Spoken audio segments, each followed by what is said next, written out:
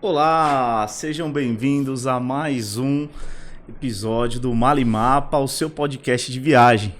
E falando em viagem, fazer o merchan aqui do nosso parceiro CTS Viagens. Quer um concierge de viagens? Tá aí CTS Viagens. Tem o telefone para você ligar, para você garantir a sua viagem e esses roteiros que nós falamos aqui, você pode pedir lá que a gente vende. O telefone é 11 94 200 9903. Repetindo, 11 94 200 9903. Queria mandar um abraço aqui pro Felipão. E hoje, no episódio de hoje, a minha convidada, que já sabe um monte de coisa de viagens, já viajou bastante, já trabalhou com agências de viagens e também trabalha com cidadania italiana e portuguesa. Mas eu vou deixar ela falar um pouquinho mais. Luciane Spillman. Obrigada pelo convite, Igor. Me sinto honrada de estar aqui.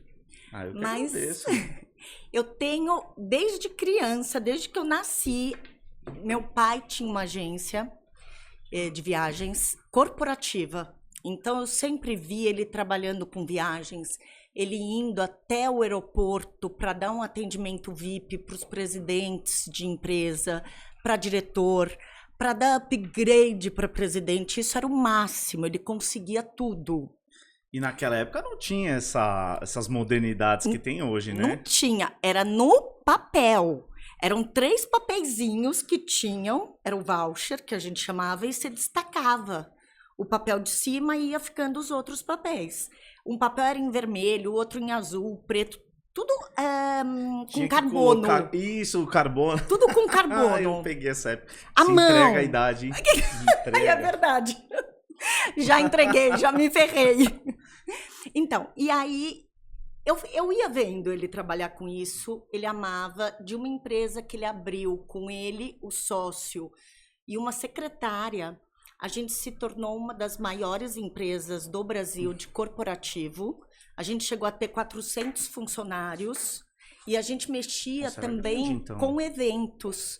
Então, a gente fazia toda a parte, a gente teve os maiores laboratórios, Roche, Bayer, Novartis, GSK, a gente tinha Vivo, Unilever era nosso cliente, então a gente tinha 400 clientes no Brasil todo. E aí, eu saí da faculdade, eu fui trabalhar no Maxud Plaza, fiquei 2 anos como comercial no Maxud, onde quando o Maxud era demais, o máximo, hein? Era. Chiquíssimo, como diria a Cíntia Chagas, a Cíntia né? Chagas, exato, chiquíssimo. Trabalhei lá naquela época que ainda existiam 5 restaurantes, que vinham todos os artistas. Teve uma vez que veio o Rick Martin, vocês não têm ideia da loucura que era. Eram meninas fazendo reserva para ficar no mesmo andar que o Rick Martin. E como elas descobriam o andar? Elas não descobriam, elas pediam o andar da presidência. Só que sempre, quando a gente faz uma reserva para um hóspede desses, a gente já fecha o andar. Só que algumas conseguiam. Sabe aquela coisa? Sei, o jeitinho, do brasileiro, né? O jeitinho brasileiro. Conseguiam. Então, assim, quem não podia ir no andar dele, não tinha acesso. Quem já estava no andar dele, a gente via algumas coisas, né? Meninas saindo de baby doll, de camisola no corredor. Ia pro quarto dele? Ia pro quarto dele. Mas era divertido. A gente participar disso era muito divertido, porque a gente tinha, como comercial do hotel, a gente tinha que subir, bater no quarto, pedir pra moça não fazer mais isso, porque não pegava bem pro hotel, essas coisas. Enfim. Mas foi muito louco. Foi muito louco. Não tem muita... Fã não tem. Passa por cima de tudo. É verdade.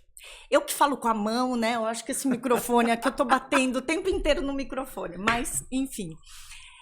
Depois eu saí, fui trabalhar na rede Intercontinental. também 2 anos na área comercial, e depois meu pai aceitou eu ir trabalhar com ele, porque ele achava que eu não tinha que trabalhar. Enfim, a mentalidade.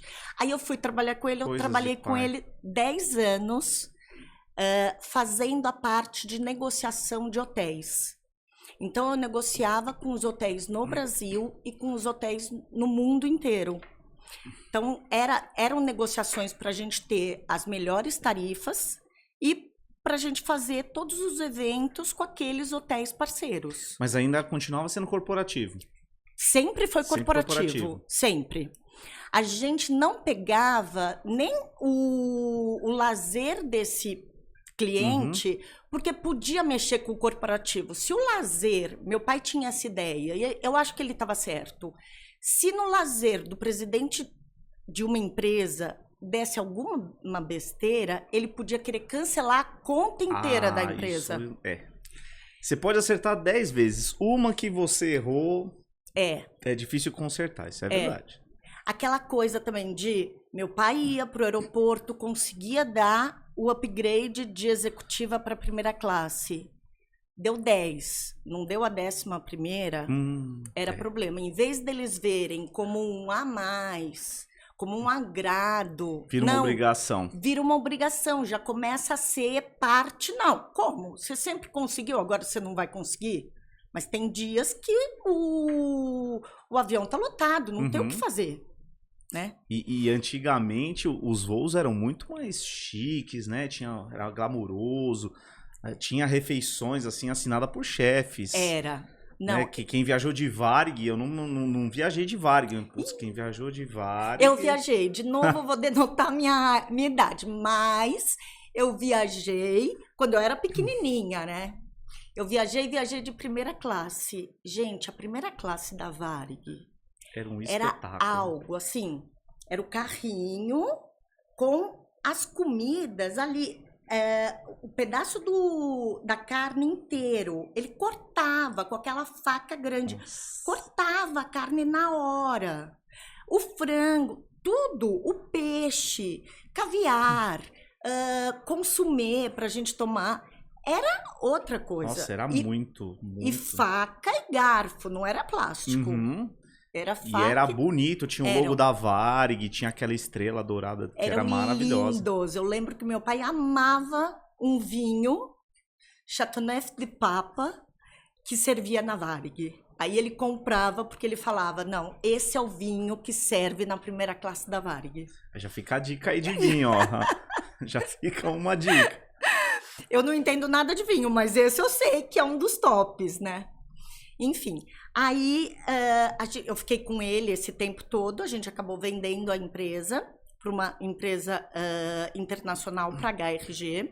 A empresa antes se chamava BTI American Lloyd, e aí a gente vendeu para a HRG. E eu saí, porque tem aquela coisa, né? Quando você tá numa empresa grande dessas e você é dona, você fica um tempo sem poder trabalhar no mercado. E eu fiquei 2 anos sem trabalhar no mercado. Por conta de conflito de interesse? Aí me chamaram para trabalhar no Botanique, que o Botanique é um hotel 6 estrelas em Campos do Jordão. Eu trabalhei no Botanique 1 ano.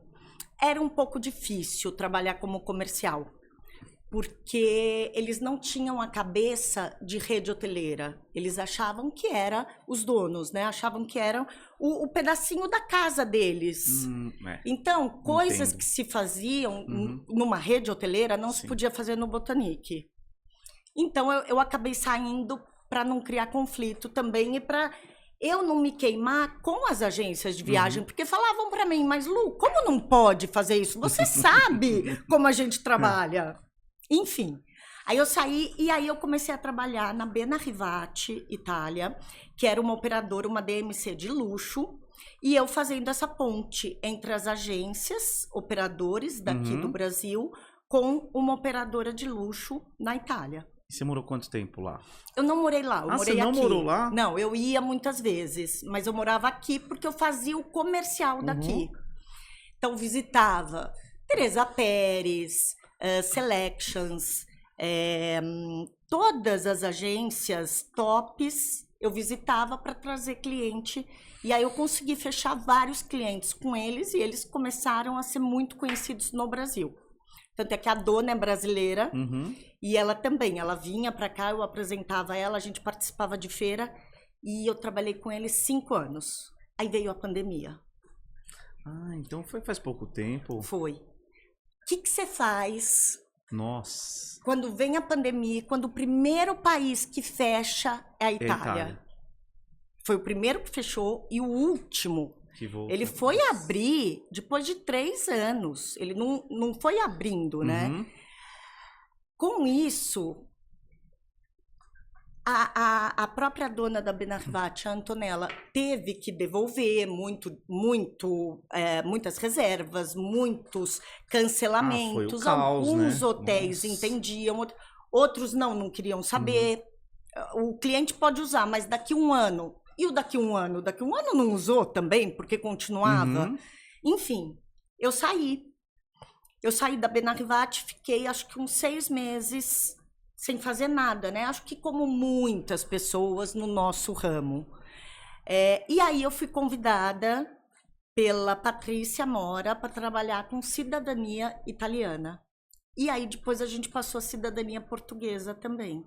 E aí eu te falo, eu me encantei com esse mundo da cidadania e do que você pode proporcionar para a família que quer ir, que quer... É engraçado porque existem alguns tipos, né, de famílias. Existe o tipo, eu quero porque é meu sangue, porque meu avô falava, porque eu lembro das histórias, porque eu sou italiano de sangue.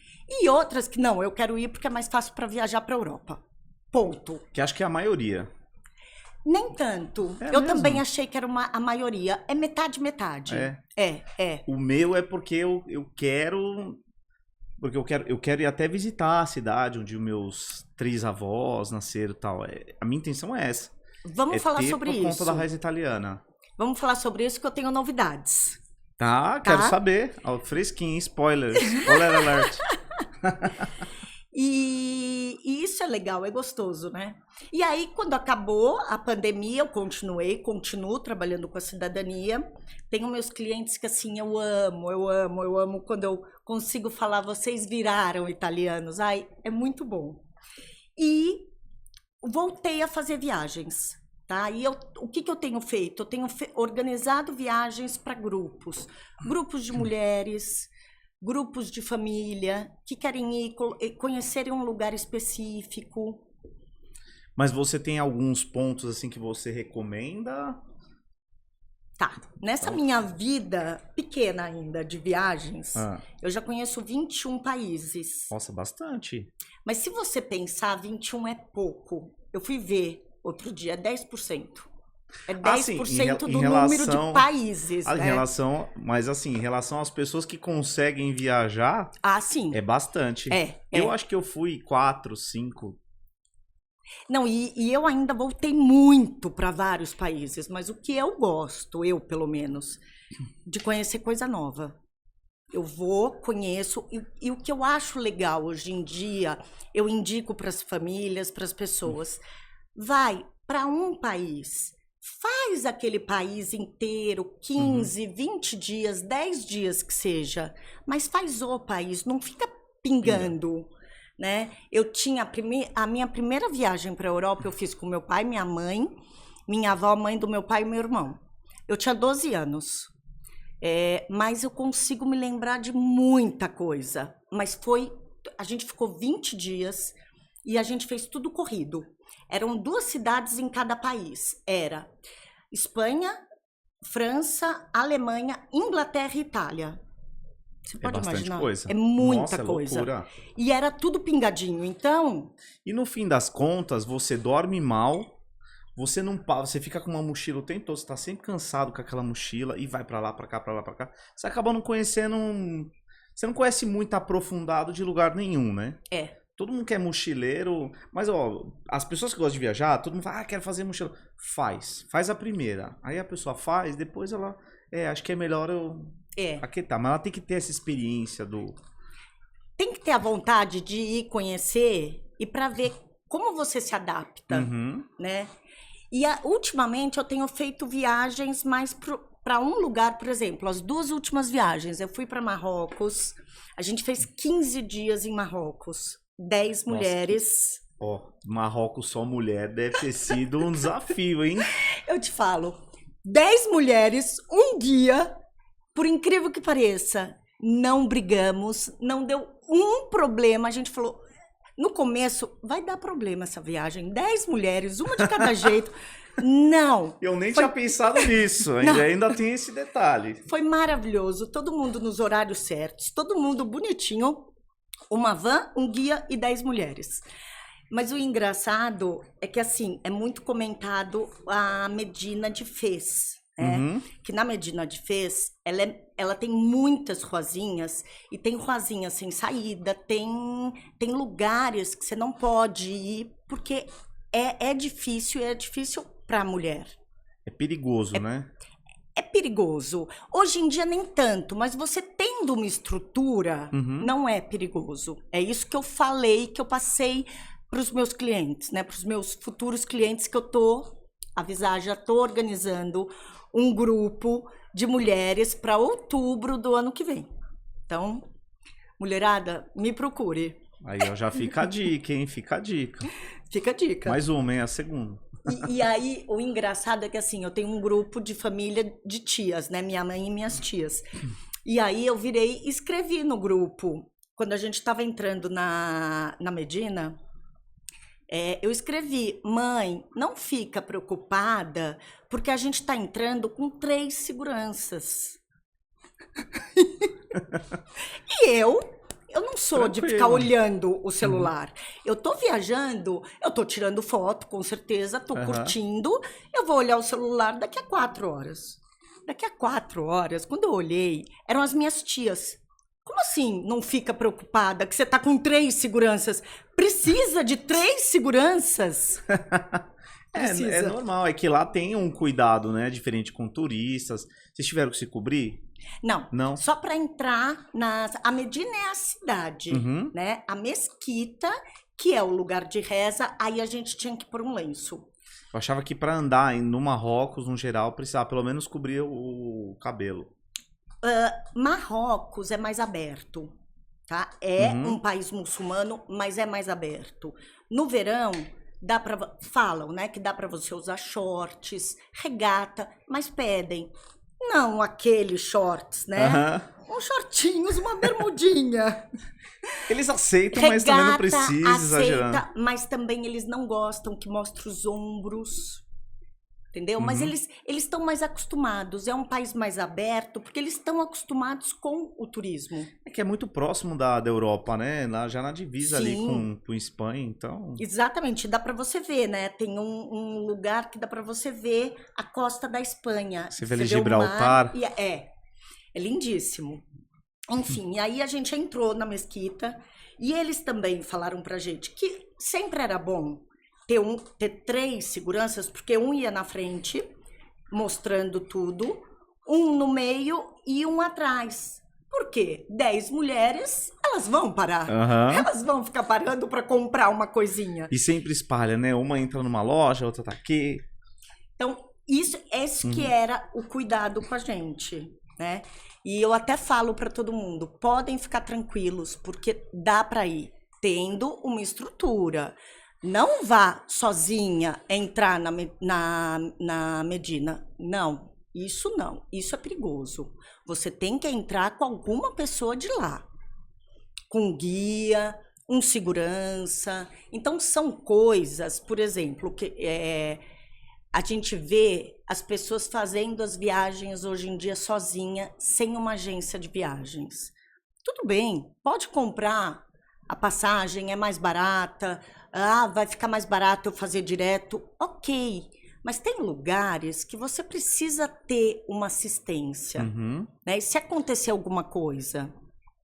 É porque você precisa ter alguém para te indicar alguma coisa, às vezes falar a língua, porque dependendo do lugar que você vai, ninguém fala inglês. Não falam. Não falam. A gente acha que, chega lá, você fala o inglês meia boca, se você for ali na meiuca da Europa... Ok, você se vira, mas se for um pouquinho mais ali... A África, a Europa, ali um pouco mais pro meio, já não tem mais. Já não falam nada. É difícil. Até a gente já viu, né? Lembra, antigamente se falava muito dos franceses, né? Que a França, eles não aceitavam falar inglês. Agora, ultimamente, começaram a aceitar, né? Porque tem que aceitar, senão você não vai ter estrangeiro, ter turista visitando. Porque né? a maioria, quem fala francês além das colônias francesas? Ninguém. É uma língua. Eu acho uma língua difícil. Eu acho uma língua difícil. Mas é linda, né? É linda a música. Eu sou suspeito, eu gosto de italiano. Prefiro a língua italiana. Eu também prefiro italiano. Mas então, fizemos essa viagem para Marrocos, que mais? Fiz a última, foi Albânia. Nossa, Albânia. 4 mulheres e Albânia. Ah, você tem então essa turma que vai para vários lugares, só mulherada. É uma turma bem gostosa e a gente sempre acaba indo. E agora fomos em 4, eu e mais 3 para Albânia.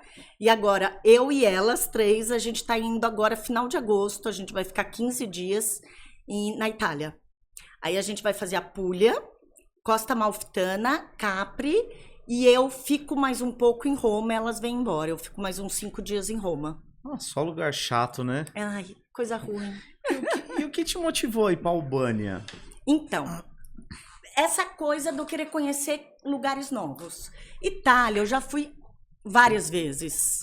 Lógico, é muito bom voltar pra Costa Amalfitana. E nunca é igual, né? Nunca é igual. Puglia eu não conheço, vou conhecer. Mas é muito bom voltar. E voltar com outras amigas. É outra cara, né? Uhum. Sempre é uma cara nova. Né? E com quem você tá indo também. Então, assim, a Albânia, a gente queria um país novo. E a Albânia, a Croácia tá fazendo muito sucesso, né? Uhum. Então, onde a Albânia tá? Ela fica entre a Croácia, Albânia e Grécia. Tem Montenegro, pequenininho aqui. Então, o que falam? E os europeus estão indo muito para a Albânia.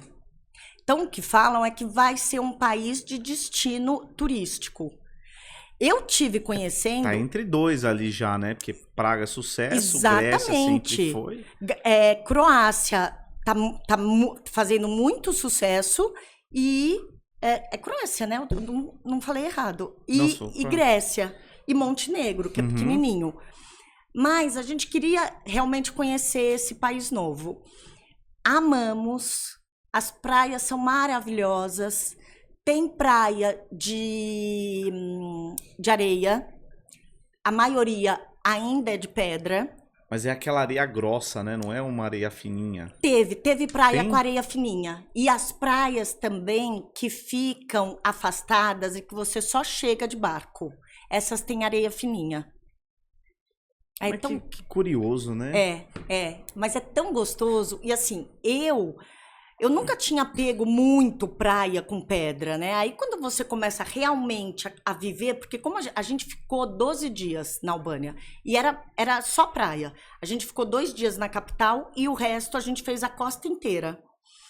E aí você tem que comprar o sapatinho, né? Que é uma palmilha para você poder entrar no mar, porque as pedras machucam muito. Ah, é verdade, porque a hora que você entra também tem tudo também pedra. Também tem pedra. E a hora que você sai da tua cadeira e vai até o mar, não dá para ir. Mas é umas pedrinhas pequenininhas ou aquelas... É tudo maiores? Junto. Tem de tudo. Tem de tudo. Então, você vai assim, né? E aí, dá pra ir de Havaiana, mas você não consegue entrar no mar, porque a Havaiana sai. Então, você tem que pôr... É uma sapatilha eu não sei qual é o tecido. Um solado um pouquinho mais grosso. É de borrachinha embaixo, mas como uma sapatilha de bailarina, entendeu? Sim. E aí, sim, aí você consegue entrar. Mas, do mesmo jeito, dói. Mas dá pra você entrar. Ah, incomoda, né? Incomoda. Mas tem negócio de água viva ou não? É só as pedrinhas? Eu não vi, são só as pedrinhas. Eu não vi, eu não me lembro. Agora teve um passeio que a gente fez de barco. Maravilhoso. Maravilhoso, porque aí a gente conseguiu ir até essas praias que ficam afastadas. Tem uma das praias que tem uma gruta no meio, é a coisa mais linda. Tinha gente chegando pelas pedras, e aí a gente viu, tinha uma corda nas pedras. Então as pessoas chegam se segurando na corda e descendo de trilha. Não é meu caso, eu não gosto muito dessa coisa. Também eu não caio sou lá fã. de cima. Eu sou atrapalhada, eu tenho certeza que eu cairia. Fã. Eu caio sempre. Todas as vezes eu piso sempre. Eu não piso aqui, eu vou e piso. Deixa eu te perguntar, igual. a água lá é clarinha, igual na Grécia? Idêntica. É clara, você vê o fundo. Você tá no barco, você vê o fundo. É a coisa mais linda. Teve uma gruta que a gente entrou que chamava Caverna dos Piratas. É lindíssimo lá dentro, porque também é como uma gruta azul, idêntica à gruta azul, só que é vazia. Então você entra com o barco, você fica o tempo que você quiser. Você não precisa, eu tenho que entrar, 2 minutos já tem outro barco de olho. Então isso também fez a gente ir para a Albânia, porque ainda não é tão conhecido. Mas eu vou te falar, Europa inteira na Albânia. Tinha de tudo. Tinham todos os países da Europa, a gente conhecemos na Albânia. E eles falam inglês? Ou... Falam, eles Tranquilo. entendem, eles falam numa boa.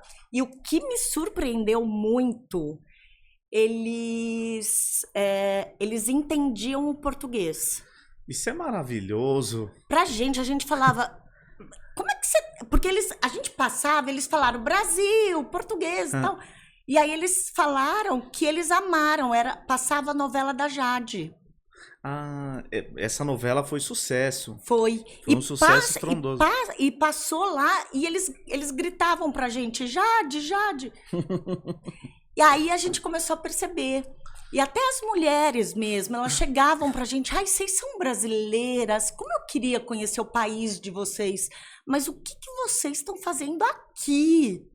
Que é muito longe. Né? A gente fez uma escala em Roma e de Roma a gente foi até a Albânia. Não é longe. É o normal. É que brasileiro tem em todo lugar, igual formiga. Todo lugar que você vai, você acha brasileiro. Brasileiro é muito aventureiro, né? Mas a gente escutou muito isso.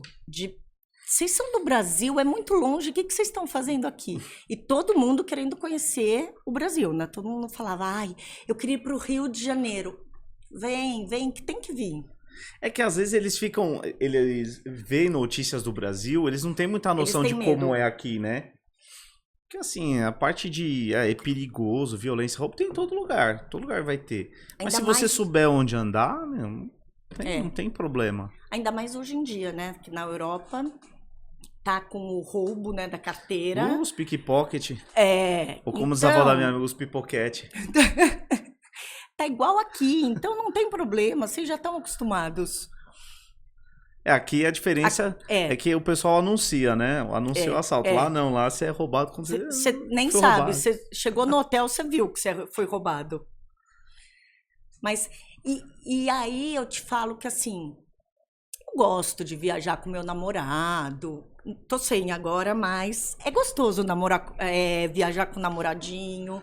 É gostoso viajar com a família. São roteiros diferentes e é gostoso, sempre bom, né? Viajar é sempre uma delícia. Viajar é sempre bom, mas é muito melhor viajar com as amigas.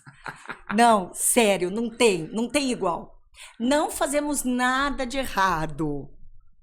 Mas é gostoso porque não tem ninguém te prendendo, você não tem aquela coisa do, né? Exatamente. Acho que eu não posso. Você curte muito mais, né? E mulher entende mulher, mulher gosta de dar palpite, de emprestar a roupa, de fazer a maquiagem, de sair na balada. Então eu hoje em dia, eu prefiro mais viajar com as amigas. E Albânia, você acha que foi o seu destino, assim, mais exótico, pode dizer assim? Não porque... tem a cara da Europa. A Albânia tem a cara da Europa. Mais exótico para mim foi a Rússia. Eu tive, há 20 anos atrás, em Moscou, em São Petersburgo. E foi engraçado. A conexão teve um problema e a gente chegou, era para chegar às 10 da noite, a gente chegou à meia-noite no aeroporto. Tinha um motorista esperando a gente. Só que minha mala extraviou eu fiquei sem mala. E aí até consegui conversar com as pessoas do aeroporto, hein? Que você pensa que eles falavam inglês. Ah, lá não fala, eles não fazem questão nenhuma. Não, nenhuma. Então, eles não queriam falar inglês.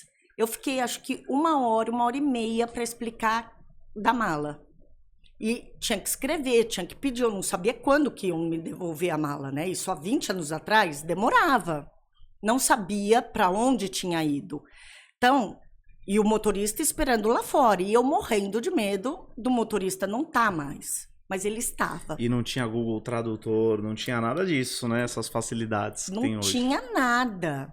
Então, tinha que ser na mímica, tinha que ser com o bilhetinho mostrando pro rapaz ele indo na esteira e vendo que não tinha mala. Era difícil. E aí, a gente pegou, ok, o motorista esperou a gente, eu e uma amiga.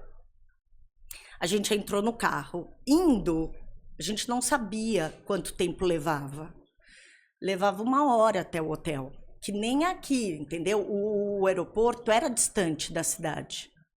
Então, levava 1 hora, a gente não sabia. O motorista também não falava muito bem o inglês.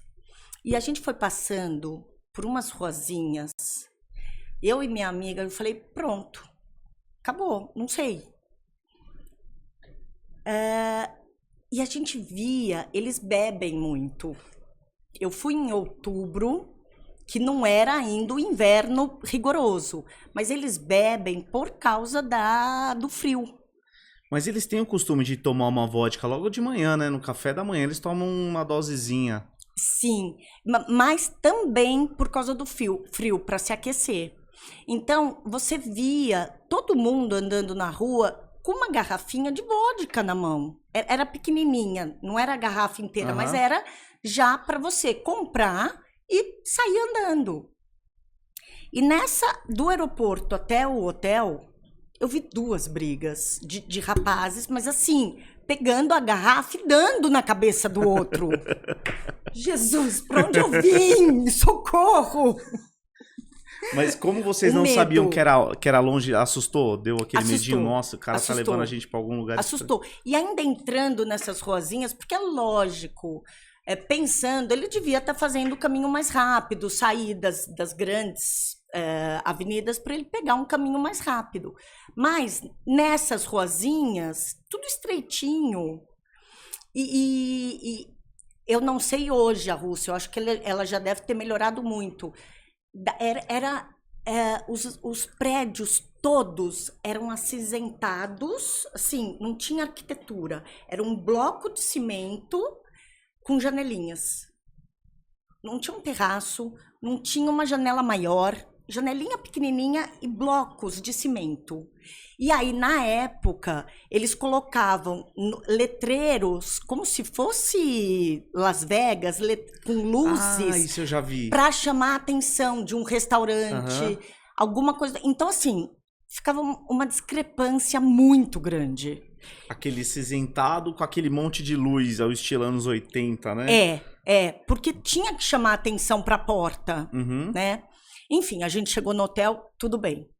Aí no dia seguinte a gente tinha um guia e ele levou a gente para conhecer. A gente estava em Moscou para conhecer a Praça Vermelha, para conhecer o Kremlin, tudo. Mas é só. E para conhecer a Catedral. É só aquilo. Em Moscou é só isso. Mas é bonito o Kremlin, porque a gente vê nos filmes, parece ser tão bonito. O Kremlin, você não pode entrar porque é o lugar do governo, mas de fora é bonito. Mas quando você entra nos palácios em São Petersburgo, aí dá de 10 a 0. Não tem pra ninguém. O que eles faziam? O czar, que amava, né, a riqueza, o dourado do ouro e tudo mais, ele mandava os arquitetos para a Europa, para a França e para a Itália, para a Inglaterra, para ver os prédios lá, os palácios, as igrejas, e falava, você vai fazer aqui o dobro. Então, realmente, o palácio da czarina, do czar em São Petersburgo é a coisa mais maravilhosa do mundo. Cada sala que você entra tem uma sala toda em ouro. Então, é coisa mais linda. As igrejas europeias são maravilhosas. A arquitetura Mas- ditava a arquitetura das igrejas Sim. ditavam a... Sim, a moda, a arquitetura do país. E na Rússia era o dobro. Era assim, eram quadros que você achava que era um quadro das santas. Não, ele era feito em mosaico. Você chegava, você passava a lá eles mão, gostam. você não via. O mosaico é aquela pedrinha que você vai colando. sim. Você olhava, você falava, não, Aquilo é não muito pode comum, ser lá mosaico. eles fazem bastante. Eles fazem bastante. Não pode ser mosaico. Você passava a mão, aí você sentia, mas nem de chegar perto. De tão Não era. perfeito que é. Perfeitíssimo, perfeitíssimo. E tem muito, né? São Petersburgo é só palácio e igreja. São 300 igrejas. Mas pelo que você está falando, São Petersburgo é mais turístico do que Moscou. São Petersburgo eu me encantei. São Petersburgo, quando a gente chegou, estava fazendo, naquele ano, a gente nem sabia, estavam fazendo 300 anos de país. E então eles tinham pintado todas as casinhas, porque São Petersburgo, cada casinha é de uma cor. Que nem na costa italiana, Sei. na costa da França, Que é tudo o colorido. pescador, para saber qual era a casa, tinha que ser pintada cada uma de uma cor. Você sabe disso? Eu não sabia. É por causa Então, de pescador? Porque o pescador, quando chegava, às vezes chegava um pouquinho embriagado e aí não sabia qual era a casa. Então eles pintavam de cores diferentes para o pescador chegar na sua casa, né? Não chegar na vizinha. Tem essa história. E São Petersburgo foi criada dessa maneira, né? Assim, ela passou por vários nomes, né?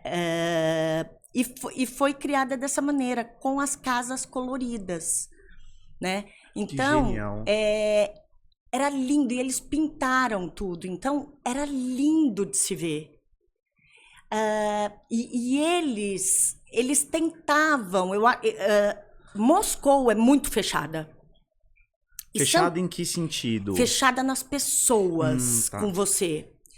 E engraçado, eu tava numa rua que era a rua como se fosse um Oscar Freire daqui, tá? Era a Rua das Lojas. Então, acho que a gente chegou da visita, a gente chegou 4 da tarde. E aí eu e minha amiga, vamos andar nas lojas. Aí a gente foi entrando nas lojas, entra, experimenta. Tá? Quando a gente saiu de uma loja, 5 da tarde, já estava escuro. Aí a gente, é melhor voltar. No caminho, que não deu 1 quilômetro, no caminho da loja para o hotel, a gente foi parada por 2 guarda mesmo, de chegar com a viatura e perguntar pra gente, o que vocês estão fazendo na rua a essa hora? 5 da tarde? Porque já era escuro. Já tava um breu. E quando Mas a gente tinha mostrava... outras pessoas na rua ou não? Tinha mais ninguém. Não tinha mais ninguém na rua. E a gente não sabia. Quando a gente mostrava o passaporte, que a gente não... E eles perguntavam em que hotel você tá, e a gente apontava e falava o nome, eles falavam, vai direto pro hotel. Então, a gente falou, opa, por quê? Aí andamos mais um pouquinho, aí de novo, um guarda veio até a gente e falou, o que vocês estão fazendo na rua? Aí, vai direto pro hotel. Aí a gente chegou no hotel. Aí a gente foi falar ali no balcão, na recepção, por quê? E aí eles explicaram que a mulher andando sozinha aquele horário não era uma mulher séria. Entendi.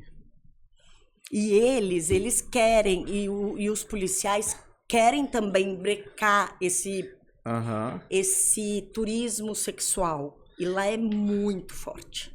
E lá deve ser perigoso, porque se eles acharem que você é uma coisa e não é, eles podem ficar agressivos. Porque, do jeito que eles são, né? Eu não sei, essa impressão, a percepção que eu tenho de um russo é que eles são bravos pra caramba. Né? Eu acho que o de Moscou mas falaram também que na Copa mudou muito isso, que teve muita gente. Foi a Copa ou foi a Olimpíadas? Foi a Copa. Foi a Copa. Teve muita gente falando e visitando a Rússia e eles melhoraram. Nossa, e eu via vídeos da galera nos túneis, assim, pra pegar metrô. Meu, uma bagunça. Não. Os brasileiros são muito bagunceiros. Qualquer lugar que você for, tem muita bagunça, você pode ir lá que é brasileiro. E eu fico imaginando eles olhando os brasileiros fazendo aquela bagunça. Eles, meu Deus do céu, esse povo é tudo doido. Porque eles são tão fechados. São. Tem até uma menina que mora aqui no Brasil, que ela é uma russa, a Katyusha. Ela tem Instagram, ela é famosa. E aí ela falou que uma das coisas que ela estranhou quando ela veio morar no Brasil, que ela saiu com o cachorrinho, ela mora num condomínio, ela saiu com o cachorrinho pra passear. E ela tava passeando o cachorro, uma moça, que é uma vizinha, deu bom dia pra ela. Bom dia, tudo bem? Aí ela ficou... Como assim? Né? Que essa pessoa tá falando comigo? É comigo? Porque eles não têm essa cultura. Porque a gente tem isso, Em São Paulo, as pessoas não são tão assim de cumprimentar as pessoas na rua, mas em outros lugares, fácil. Tranquilamente. E eles não têm essa... Imagina, eles sempre foram muito fechados, né? Foi um país fechado por anos. Então, assim, as pessoas também que convivem recente, ali... E então, para mim, São Petersburgo, assim, das cidades que eu conheço, Praga é muito bonita, é maravilhosa. Já escutei falar bastante de Praga, que mas é maravilhoso. Mas para mim ainda São Petersburgo ainda ganha. Na beleza local, né? Sim, na beleza local de você tá andando numa cidade, numa ruazinha e de repente abre uma praça enorme. Pensa numa coisa grande, é maior ainda, entendeu? E aí você olha e estão todos os palácios, assim, tem vários palácios. Tem uma igreja enorme, entendeu? Mas lá você consegue andar à noite em São Petersburgo? Não, também não. É uma cultura mais russa de à noite você colher. De à noite. E aí o nosso guia no dia seguinte chegou a falar: se vocês quiserem sair à noite, me avisa, porque aí a gente manda um motorista para levar vocês. Aí vocês vão direto pro lugar. Aí vocês vão pro restaurante, voltam e tudo mais. Então dá para sair, né? Só não pode andar a pé na rua. Dá para sair, mas exatamente, saber aonde você vai estar. Mas era aquilo, eu tava no hotel e era a rua do hotel. A rua de lojas. Né? Uma história muito engraçada em Bergen. Bergen é uma cidade na Noruega. A gente fez, eu e essa amiga, a gente fez Rússia e Escandinávia juntas. Em Bergen, a gente acordou e tava um sol maravilhoso, em outubro. Um sol de luz de geladeira. Não, um sol de você pôr regata e conseguir sair. É mesmo, agora maravilhoso. Aí, a gente começou a ver as professoras saindo com carrinhos. Sabe como tem em Nova York, às vezes elas saem com uns carrinhos que põem as crianças, 6 crianças nos carrinhos e vai puxando. E a gente começou a ver na cidade, a gente estava com um guia. E aí o guia falou pra gente: vocês não sabem, hoje é o 18º dia do ano que fez sol. Meu Deus. Por isso que a galera lá se mata, porque não vê sol. Gente, é muito triste. É triste você acordar e tá aquela coisa nublada, chuva. E aí, o que eles falaram? Que a gente achou engraçado isso. As empresas fechavam. Você não sai para almoçar, mas a empresa fecha às 2h, porque é dia de sol, então você pode aproveitar a rua. E aí, os bares, os restaurantes, a partir das 3h começando a ficar lotado, porque as pessoas correndo na rua, mas assim, não é num parque que eu vou correr, é na rua correndo várias pessoas, porque realmente não existe, é diferente. Então tem que aproveitar, hoje tá sol, aproveita, ninguém trabalha. Várias empresas fecharem, porque você tem que aproveitar aquele dia. E por incrível que pareça, no dia seguinte, nublado e chovendo. Eles falaram, é assim. A nossa vida é assim o tempo inteiro. Caramba, eles vivem um dia de cada vez, literalmente, né? E tem essa história, né, de muito suicídio. Ah, é complicadíssimo. Às vezes, quando eu viajo e fica muito tempo chovendo, eu já fico... A gente aqui, até em São Paulo, a gente já fica meio chateado. Chovendo de novo, não quero sair. Então o pessoal brinca, né? Pô, dia de chuva deveria ser dia de home office. Maravilhoso, né? Eu trabalho como home office, eu gosto. Eu gosto bastante, porque eu consigo fazer meu horário, eu consigo responder para um cliente à noite, no sábado, no domingo eu respondo. Eu gosto desse lance do híbrido. De vai alguns dias, outros dias você fica em casa, porque aí você fala com todo mundo e o dia que você precisa, às vezes, produzir alguma coisa, você fica em casa, ninguém te atrapalha. Bota uma musiquinha ali. Sim. Mas deixa eu te perguntar, você falou da cidadania. Confesso que eu tô bastante curioso, porque eu tô querendo tirar a minha cidadania italiana. Então, a cidadania italiana é uma das mais difíceis, né? É uma das mais demoradas. Tem 3 tipos para você tirar a cidadania. Pelo consulado, que seria a forma mais normal. Só que em São Paulo, o consulado tá levando 10 anos para se tirar uma cidadania. Então, ninguém vai esperar 10 anos. Presencial, que você tem que ir até a Itália, morar um tempo na Itália, realmente morar. São 3 meses, não é? Ou 2, 3 meses. Assim, é feito dessa maneira, mas não pode, né? Pela lei não pode, você tem que ser um morador. Mas tem o presencial que dá para se fazer dessa maneira. A gente também faz, a gente também trabalha com isso. Mas eles estão dificultando muito, tá? Já aviso que eles estão cada vez querendo minimizar mais esse presencial. Porque o que acontece? Aquelas cidadezinhas pequenininhas, aquelas comunes que tem 1.000 habitantes na comune, de repente se olha, tem 300.000 cidadanias para aquela comune.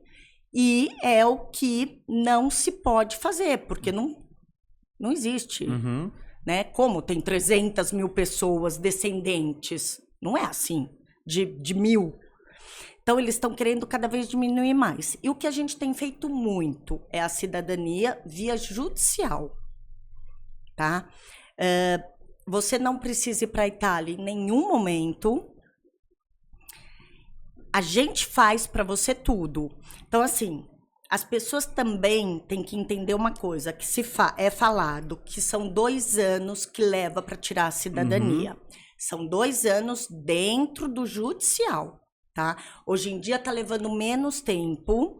Veneza tá com tempo de 2 anos. Eu achei que era até mais. Achei que você ia falar que era mais. Não, mas é mais num todo. Num geral é isso aí. Mas dentro do tribunal, antes, era feito só por Roma. Então, estava levando 2 anos, 2 anos e meio dentro do tribunal. Aí, eles passaram a fazer em todas as comunes. Então, melhorou. A gente teve já comune que em 3 meses foi feito o processo. É maravilhoso. Nossa. Mas tem outras que estão levando mais tempo e hoje a que está demorando mais é Veneza. Porque era o pessoal do norte que viajava, que conseguia chegar em Gênova para pegar o navio e para vir para o Brasil. Entendeu? Então, o Tribunal de Veneza está levando 2 anos, 2 anos e meio. Mas aí o que eu falo? Antes disso, a gente tem que preparar a documentação toda. Sim, então, tem que traduzir tudo, né? Primeiro, vai atrás do documento italiano, do original. Seu bisavô, seu pentavô, tetravô, vai com esse documento. A gente tem que pegar um documento novo, não pode ser aquele antigo. Ele tem validade, né? Tem validade de 1 ano. Aí a gente, enquanto isso, vai tirando de todo mundo da descendência aqui. Desde o, vamos lá, trisavô, então vai, bisavô, avô, pai, mãe, mulher no meio da árvore também pode se tirar. Tem gente que acha que não pode, mas a partir de uma lei que teve, pode se tirar pelo lado materno, porque também você é italiano de sangue. O meu é pela minha mãe, por isso que eu sei que dá. Isso, porque antes não dava. Você sabe, se tivesse, tinha uma data limite, mas hoje em dia pode. De 42, 48, antes de 48 e depois de 48. Então, pode se tirar, independente. Só que aí, ou você tira paterno ou você tira materno. Materno não pode se tirar pelo consulado. Então, é só via judicial. Então, nem pelo consulado você não pode. Mas eu tenho que ver o ano. É o ano do filho da primeira mulher. Bom, minha mãe é a única na linha de... Mas você não... Você vai ser paterno. Era antes de 48. Então não é. Não vou entregar a idade dela. Eu já entreguei a minha, mas Igor. foi depois.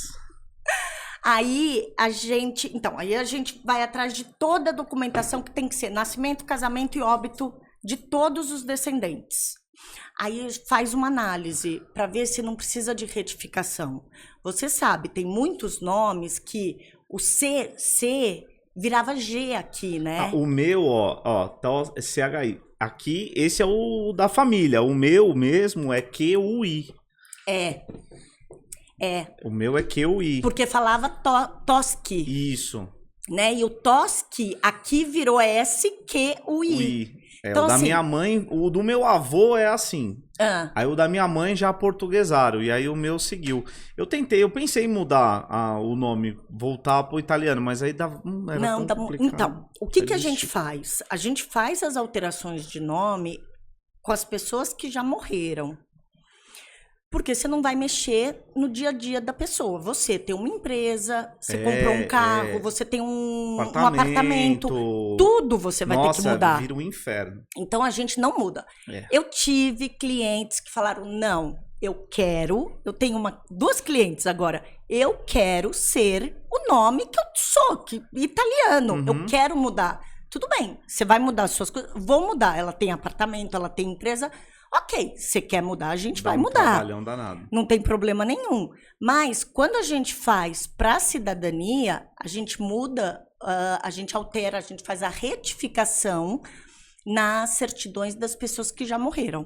E aí a gente prova. Então, assim, tem que ser feito tem que se pegar todas as certidões e se fazer de uma maneira muito correta, né? Para você chegar lá no judicial e ter realmente, sou italiano, e eles dão, entendeu? Então, assim, e depois de fazer essa análise, de fazer essas retificações nas certidões, tem que fazer a tradução e o apostilamento, né? Então, apostilamento é o selo do governo de que esse documento é verdadeiro e que pode ser usado na Itália. Então, este processo antes pode levar de 1 ano a 3, 4 anos. Aí, mais 2 anos no judicial. E depois, aí a pessoa acha, pronto, audiência positiva. Aí a pessoa fala, sou italiano. É italiano. Só que aí tem toda a burocracia que leva mais 1 ano e meio para sair os papéis. Então, vamos contar, hoje em dia, tudo bonitinho, tudo perfeitinho, e com um tribunal mais rápido, de 3 anos a 5, 6. O tempo médio que me falaram mesmo, que era isso aí. Falou, você vai levar de 3 a 5 anos para tirar. Aí depende de uma série de fatores. Exatamente. O português também demora tanto tempo assim? Não, o português de neto são 2 anos... De filho, 1 ano e meio. Só que o português, depois da pandemia, ele também atrasou muito. Então, antes era 1 ano e 8 meses, 2 anos. Agora está levando 2 anos, 2 anos e meio. Tá? Mas é muito rápido. Perto do italiano é muito mais rápido. O português, por exemplo, eu tenho o meu bisavô. Então, assim, eu sou portuguesa, eu não sou italiana. Eu achava que era... Spielmann, eu falei, bom, Spielmann, na realidade, é alemão. Isso. Mas minha mãe teve que tirar como avó, como neta, e depois eu tenho que tirar da minha mãe como filha, e os meus sobrinhos vão tirar depois que meu irmão tirar. O italiano, você tira a família inteira. Você tira seus irmãos, seus filhos, todo mundo entra junto no mesmo. Então, leva-se de 3 a 5 anos, mas é a família inteira. Tem esse benefício. Entendeu? Então, assim, o português é uma pessoa, é uma geração, aí passa para outra geração. Quando já passa para outra geração, você já levou 4 anos nessa, 2 de uma geração e 2 da outra. E para os sobrinhos, mais uma geração, mais 6 anos. Entendeu? Então, é a mesma coisa. Cada um tem sua burocracia. Sim. Só que o português, primeiro, não precisa traduzir, né? Que é ótimo, você não tem esse gasto. E também não precisa de todas as certidões. Se minha irmã tirar, a minha mãe já automaticamente tira ou não? Ela tem que entrar com o processo. Tua mãe é italiana. Minha mãe é italiana. Você e tua irmã, como são filhos maiores de idade, vocês podem tirar sem a sua mãe. Sim, mas se a gente tirar, ela ganha automaticamente ou não? Não, ela tem que entrar com o processo também. Tem que entrar como requerente. Entendi. E o requerente paga. Tá? E outra coisa que eu quero explicar também. Acima de 14 anos já paga como requerente. Abaixo disso não paga. Não. Não, porque ele entra como criança menor. O 14 anos caso demore 2 anos e caso demore mais 2 anos para os papéis, para certidões ficarem prontas, estão avisando que está terminando, né? Eu sei, calma, que eu falo muito. E depois, já me perdi.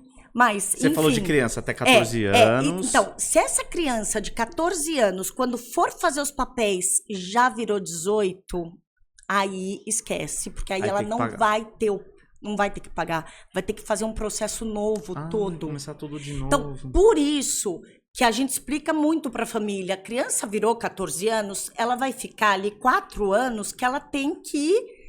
né? A gente tem que ser rápido, e às vezes não é rápido. A gente não consegue entrar no judicial para pedir para ser mais rápido. Então, aí é cobrado. Lu, quero agradecer você, o nosso tempo aqui foi super curtinho. Posso só falar uma coisinha que eu falei que eu ia falar essa novidade? Pode falar. Eu tô organizando viagens para as famílias que querem conhecer o passado delas.